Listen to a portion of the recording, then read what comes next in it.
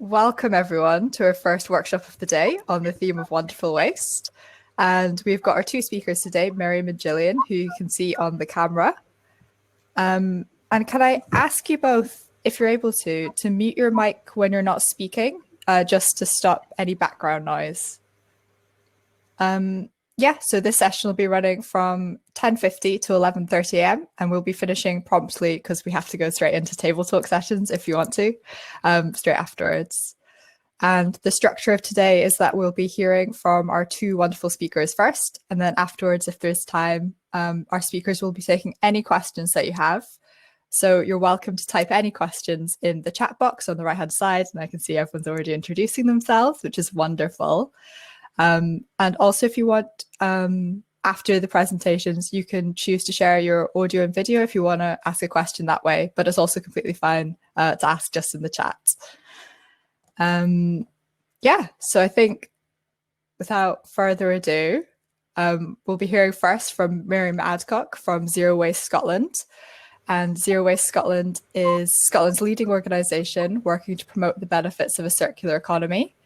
And they work with individuals, businesses and organisations to reduce all forms of waste, and particularly have a focus on how the issue of waste connects to climate change. So Miriam, if you'd like to share your presentation now, and just go ahead. Okie dokie. Hopefully, can you see that and hear me?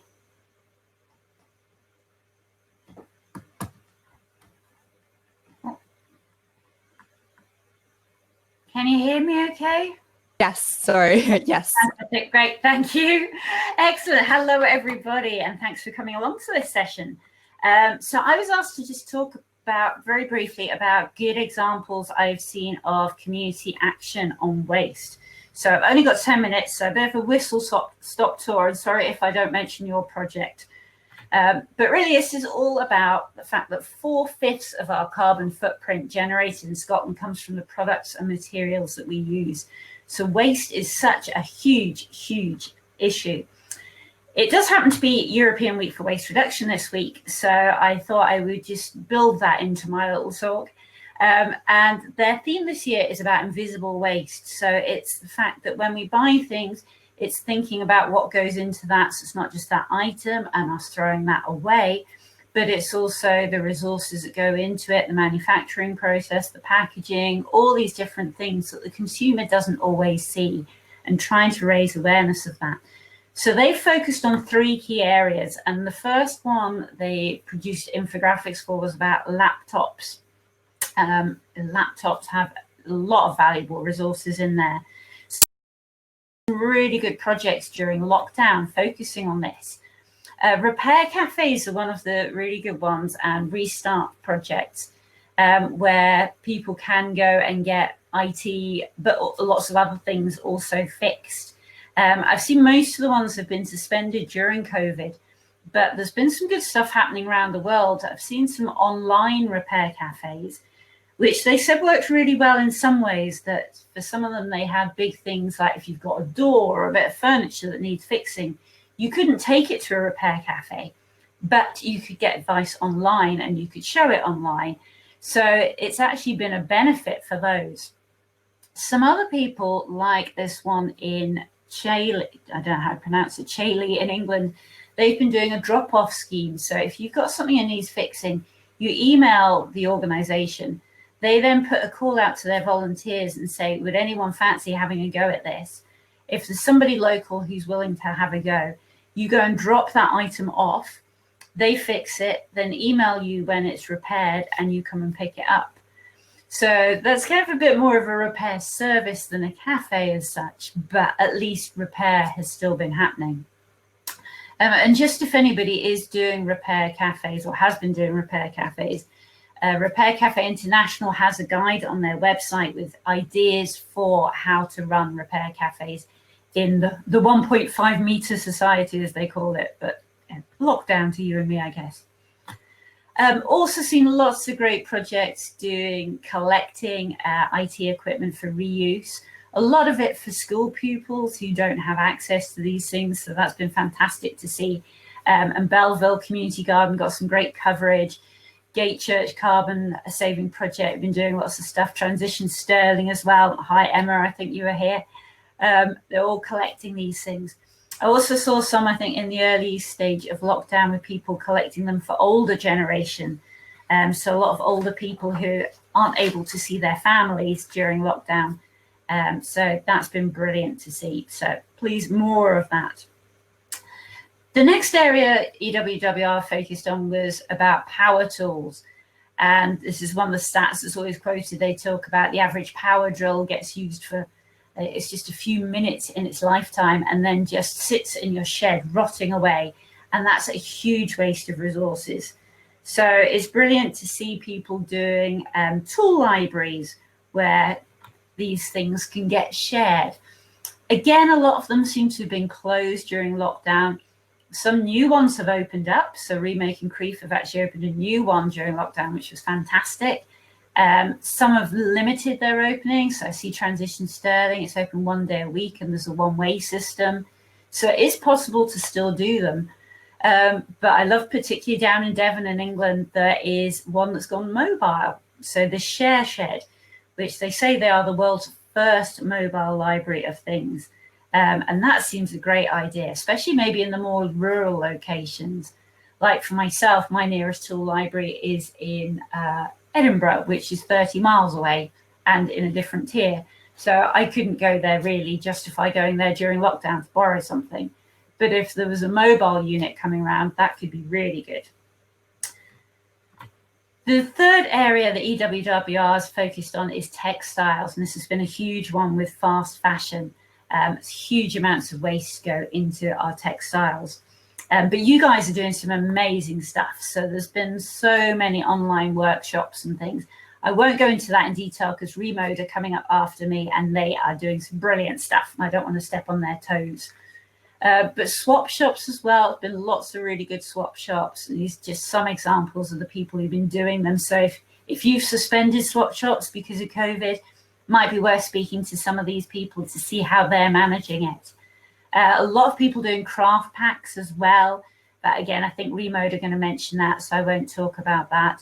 But school uniforms I was going to mention briefly because, again, I think a lot of school uniform projects was suspended or struggling at the beginning of lockdown. But St. Ninians in Stirling is a good example where they've managed to adapt and they managed to get a, what do you call it, a sort of one of these metal container units. And so they've managed to put that outside. They put a call out to people for materials. So they asked for things like carpets, shelving, clothes rails, storage boxes, and got given everything. They got the paint as well, and they've decorated this storage unit and put all the stuff in there. And so they've managed to keep the thing going. They had a launch event, and in 24 hours, they gave out 200 items. So that's absolutely incredible.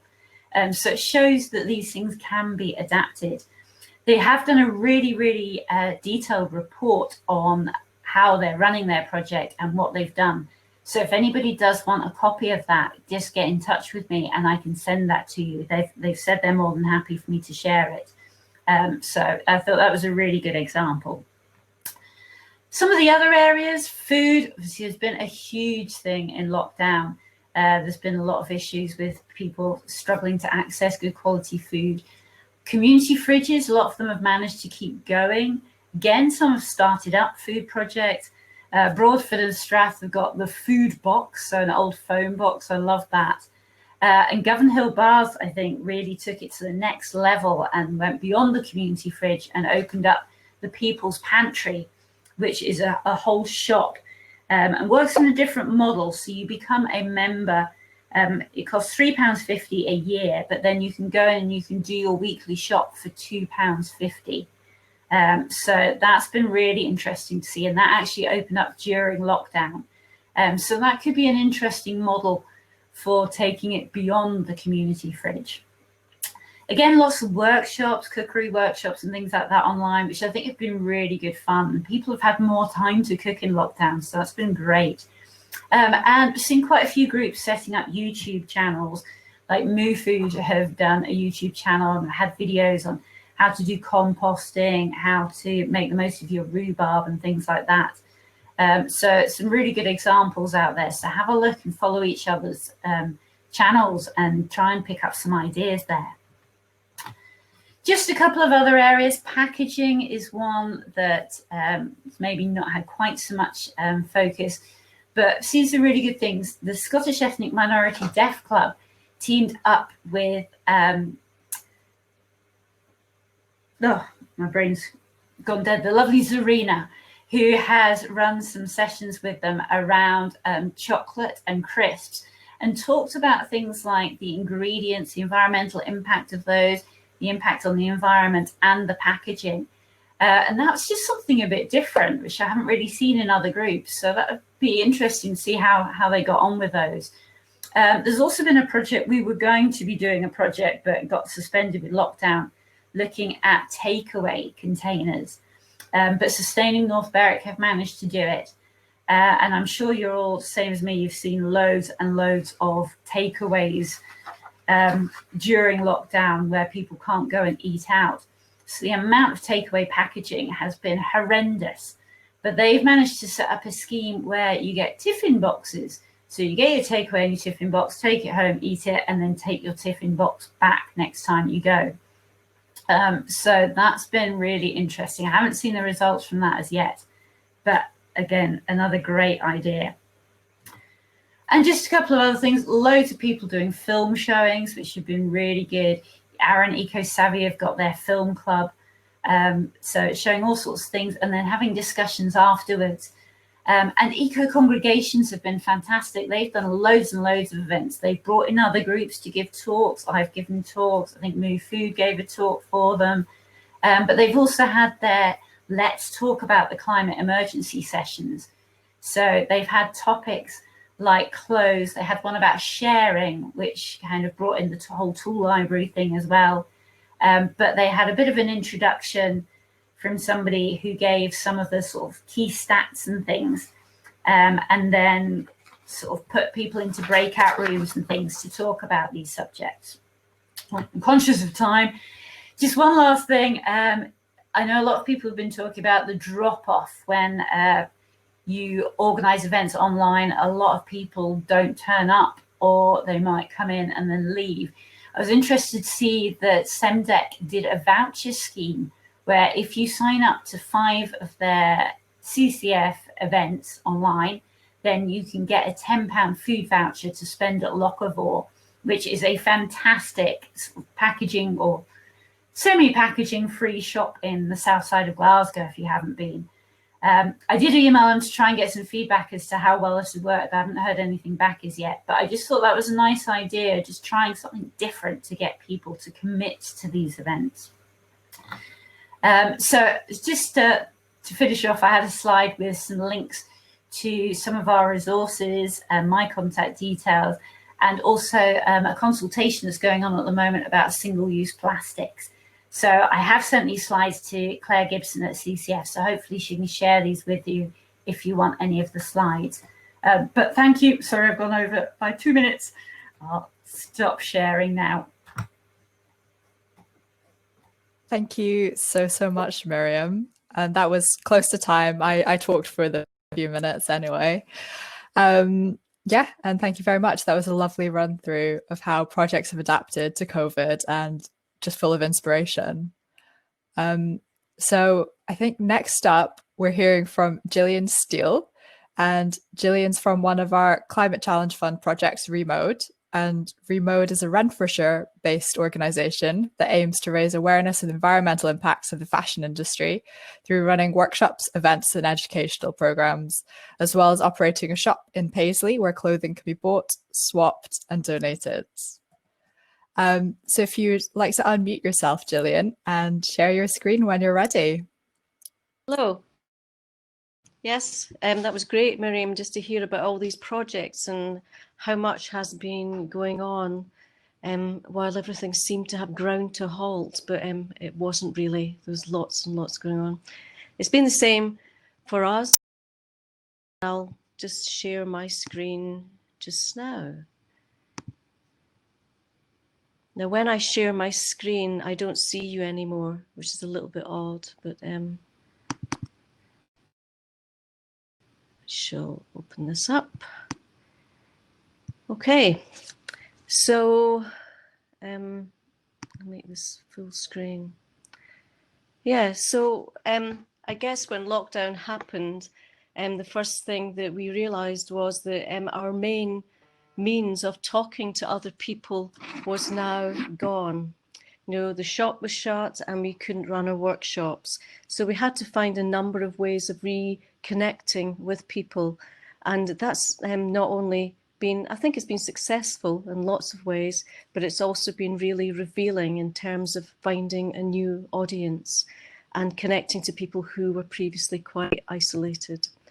So one of the first things that we looked at was, for example, inside our shop, and making sure that where we weren't able to have long, elaborate conversations anymore, that we had very succinct messages. If you can see down at the bottom right-hand corner, we've got lots of slogans just pasted onto the wall.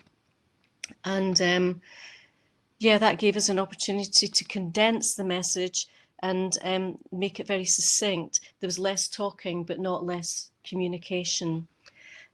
Also, in terms of inside the shop, we made sure that we connected to a lot of local sustainable designers and makers who were no longer getting the opportunity to get out and go to craft fairs and so on. And we made sure that they had an opportunity to share, and we had our zero waste shelf. And one of the most important things that we've done, I think, is just the use of the shop window. The shop window's always been a big thing for us.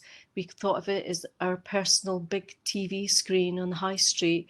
And we wanted to ensure that there was a regular change of the window display. One of the things that people kept talking about in lockdown was that every day was the same. So we wanted to make sure that that was changing, that things visually around them weren't just grounding to a halt. So all this happened, you know, we're going to change it every 4 weeks. That's what we've been doing. And they all connect to the seasons and to various environmental and sustainable issues. One of the big things we did with our windows was that we started using it to screen films. And this is one of the films that we screened that I'll talk about a little bit more later. And we had this, and on our shop in the Paisley High Street as well. And we had a little speaker that we positioned so that it was just loud enough so that people who were standing at the window looking at the film could hear the soundtrack. And that drew a lot of people just to stand and look and get involved in what we were doing. It gave a real audience to the work that young people were making. And of course, we could put lots of explanations in there. We also had exhibitions displayed in the window. Our Garnet Connections exhibition was also there too. So one of the big things that happened during lockdown was that we were really worried that we would lose our volunteers, that we would lose connection with them. Some people really don't like the mediation of the screen and having to connect through the screen. And in fact, what we found was we got a lot more young people. We accrued a huge amount of young people on our volunteer group. And I guess we did things like we did Singalongs, of course, but we did Singalongs as well, which were quite hilarious. And we had everybody was to come with a song that was related to clothing and sing it. We all sang it together though. Yeah, so we've got currently about 30 volunteers. And of course, one of the things was that the volunteers couldn't come into the shop now, so we made up bags which we sent out to people, making sure that people had sewing machines, delivering them where we needed to, making sure they had dressmaking scissors, trims, sewing materials, everything that they needed. It was packaged up and sent out, and people really loved that. One of the other things that happened was during lockdown, I got an opportunity just in terms of directing the organisation to do things that I'd really wanted to do for a long time. And one of them was the blog, to take time to write. And so we had this has triggered a whole season of blogs from myself and other contributors, guest contributors, giving a context to, particularly in the beginning, the lockdown itself and the pandemic, and how that connected to the environmental issues that we focus on, and also what we can do to change it, and how it gives us a huge opportunity to pause for thought. So these are some of the blogs that we had on during that time. You can find those on remodeyouth.org. Some of them are nice little bits of reading and give you lots of connections. When I did my blogs, I also suggested musical soundtracks that people could listen and dance to in the living room. Yeah, so one of the other things that we did was online, of course, online workshops and live screenings. So connecting to whatever seasonal things were happening. For example, Small Shot Day up at the top left-hand corner there.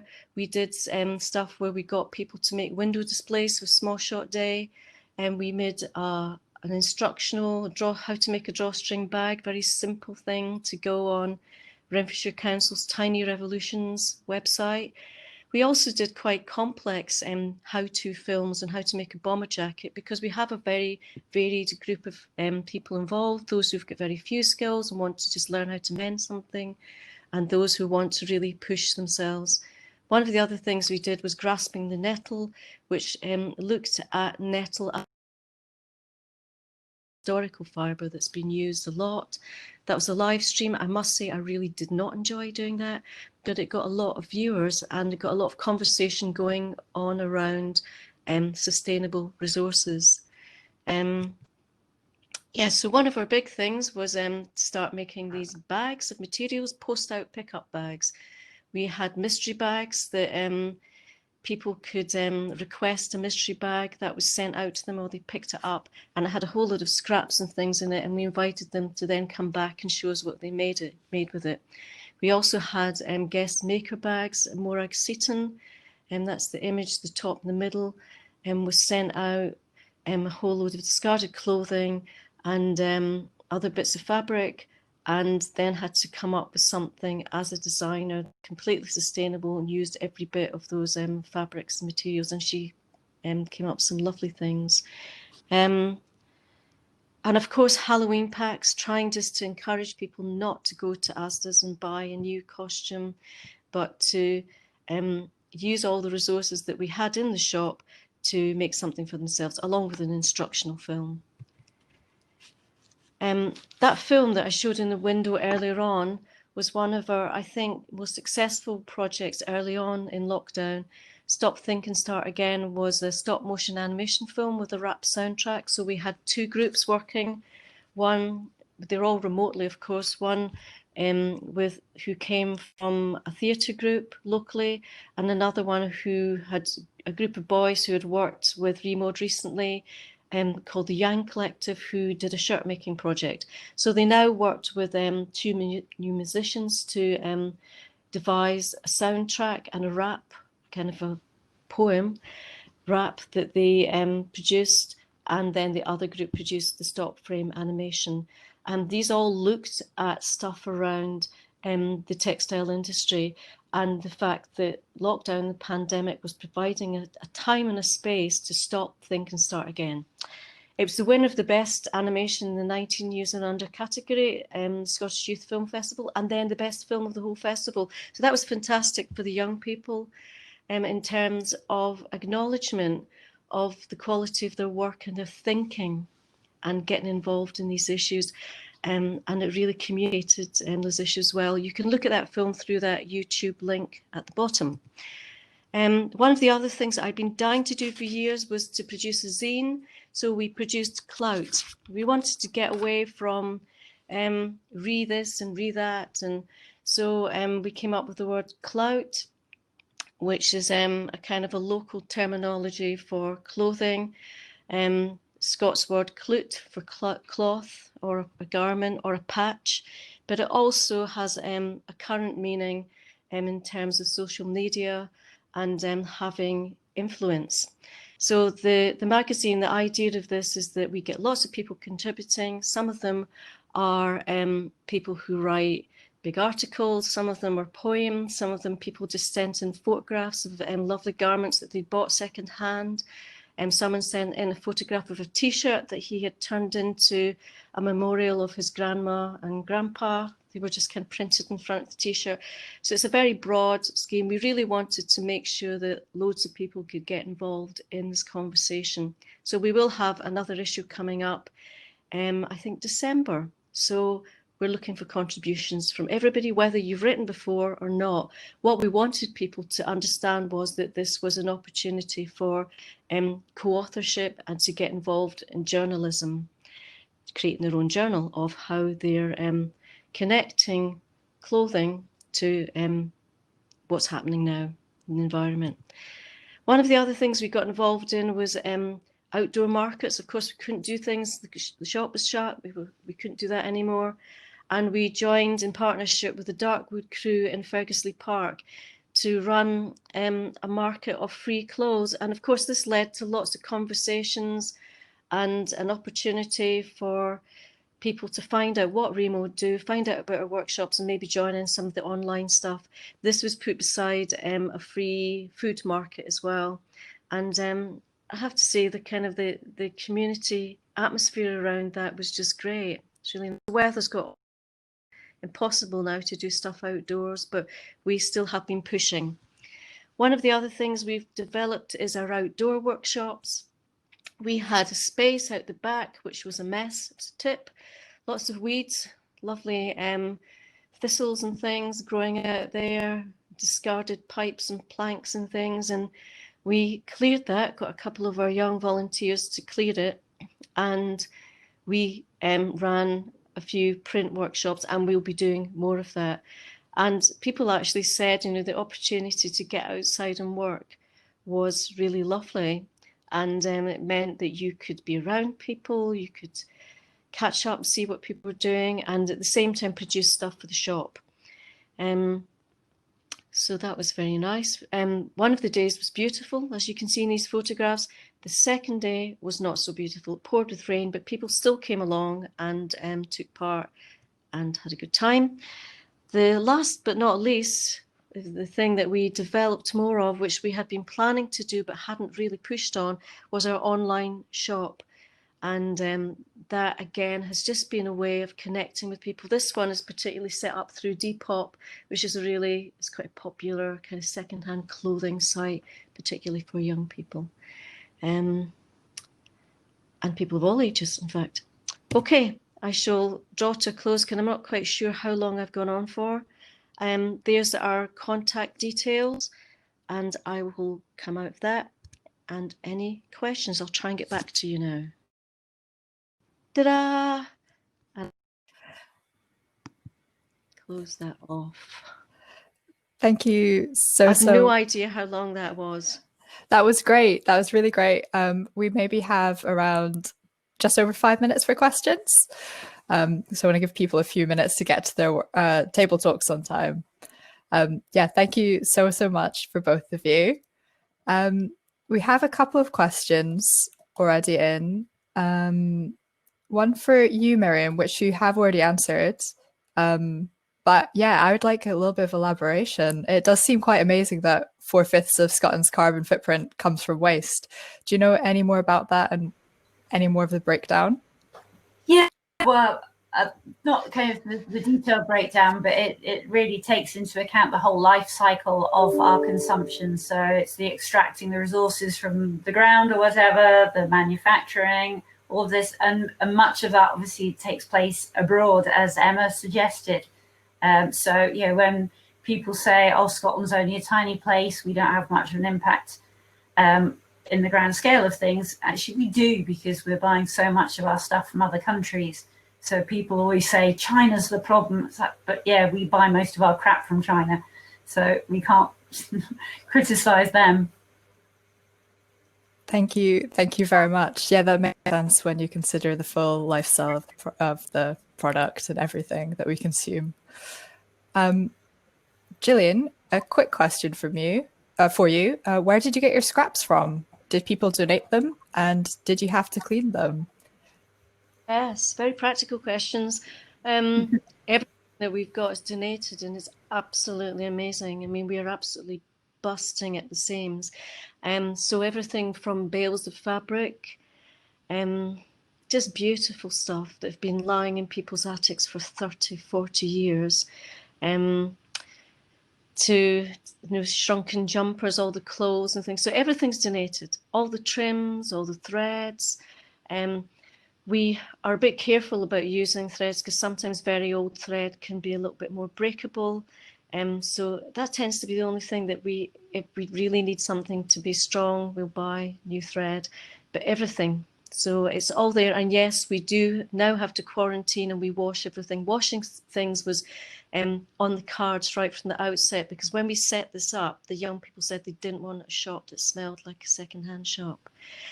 Young people are really icked. I think most people are, and especially I think if you're used to living with not very much money, you really can't stand the smell of charity shops. So yes, it is all donated, and we've got loads of it, busting at the seams. There are also lots of very nice stories around those bags of material that people donate, maybe parents who've passed away and so on. Of course, yeah, that's important that you're able to put them to another use and continue on the memories. Yeah, sometimes garments that are just, I mean, it's so poignant, so beautiful. Yeah, it's really wonderful.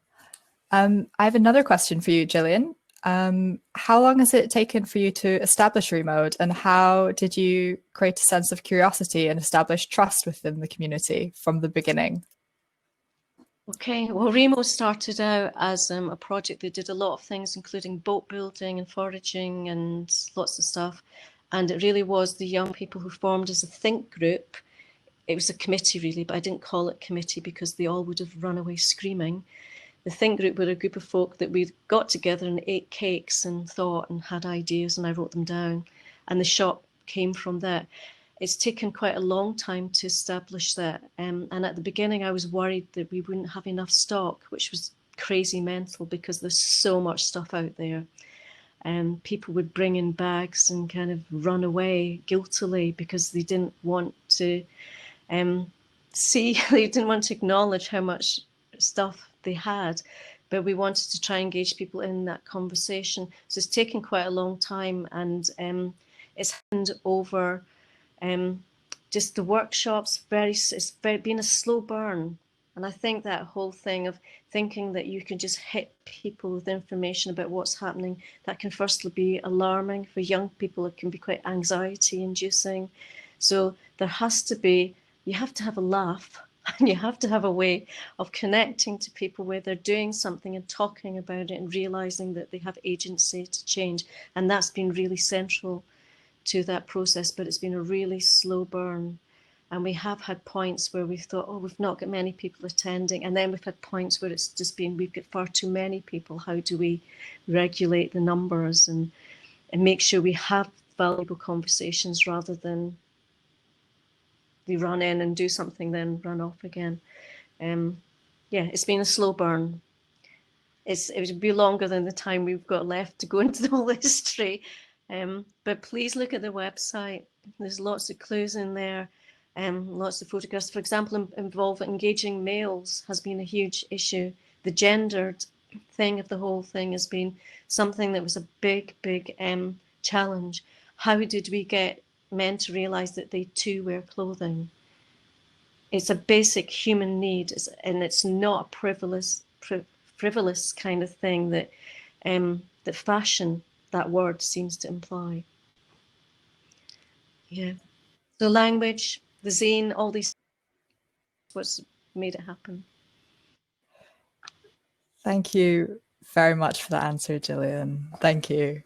And maybe as a last question for you both, Matt has asked, or said that local projects promote the buy local message. How can you help to make this mainstream and take Amazon off our roads? So maybe Miriam first. Yeah, very good question, Matt. And one thing we've got in our area, I don't know how many areas it's in, is the Food Communities Project, which I think Fourth Environment Link sort of manage. But the name suggests it's just food, but actually there's local makers who sell sort of handicraft stuff, soaps, things like that through that as well. And basically launch the website every week, and you can go in and order things, and then you go and pick everything up on the Thursday night, and it all comes in a cardboard box. So that's been really good, and it's encouraged a lot of people to buy local produce. It's all local food producers, craftspeople, all of this. But then also the organisation that is running it in Peebles, which is where I stay, get a cut of the money from that as well. So it helps support them because they work with adults with learning difficulties and things like that. So I think that's been a really effective project in this area to promote local. And we have a local Saturday market as well, which helps. But again, maybe not every area has that.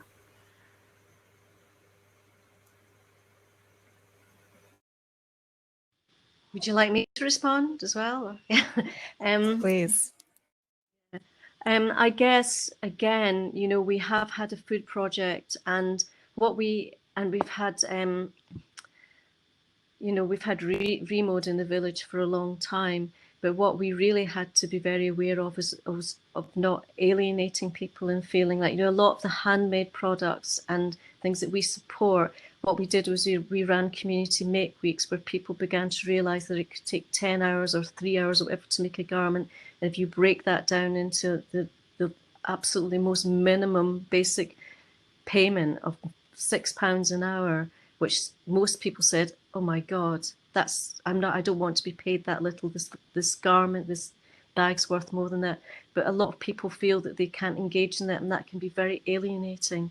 So we, as an organisation, have had to find ways to make sure that people don't feel that we're saying, oh, yeah, if you do get your stuff on Amazon or on Primark, you certainly shouldn't feel, oh, well, I cannot be part of that gang. I can't take part in the conversation, because I think a lot of people automatically do.